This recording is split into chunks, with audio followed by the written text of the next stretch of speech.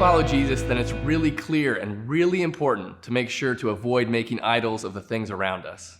And if you're familiar with the Old Testament, you might think of idols as statues and symbols that were made into animals and objects to worship. But the truth is, idols are anything that take the place of God as our heart's focus and attention. So how do you know when an activity, person, or belief has become an idol?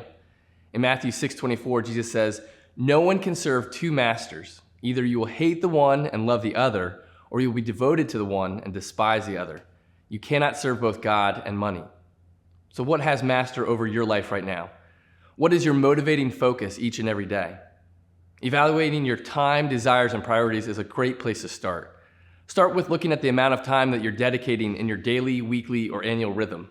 That might not entirely paint the picture because we know there's going to be large chunks of time given to certain things like work that you may or may not have much control over. So the second question is, what is the driving desire or motivation behind the time that you're spending?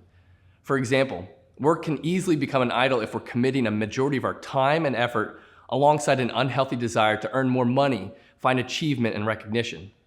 It's a good thing to enjoy and be motivated to work, but it becomes an idol when that starts to become our identity and drive our worth, or crowd out other priorities around us like our family or friends.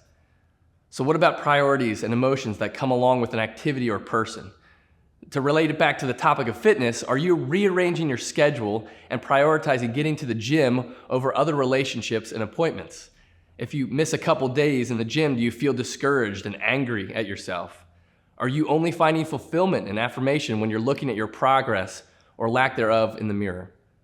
On the flip side, are unhealthy habits like eating processed fast food and sugar becoming a self-comfort to other emotions and issues in your life? It's easy to avoid dealing with the hard things and self-medicate with food, sports, or TV. At Men of Iron, we believe God wants you to have a healthy balance and spiritual growth in your family, friends, fitness, and finances, and it is all built on a foundation of your faith. We call it your core five. Another way to tell if you're being mastered by something in your fitness is to see if there's a lack of priority or health in your faith, family, friends, or finances as a result of your drive for your fitness. So have a candid and honest conversation with God, yourself, and perhaps someone who knows you best, like your spouse, a mentor, or a best friend, about how you're managing your temple.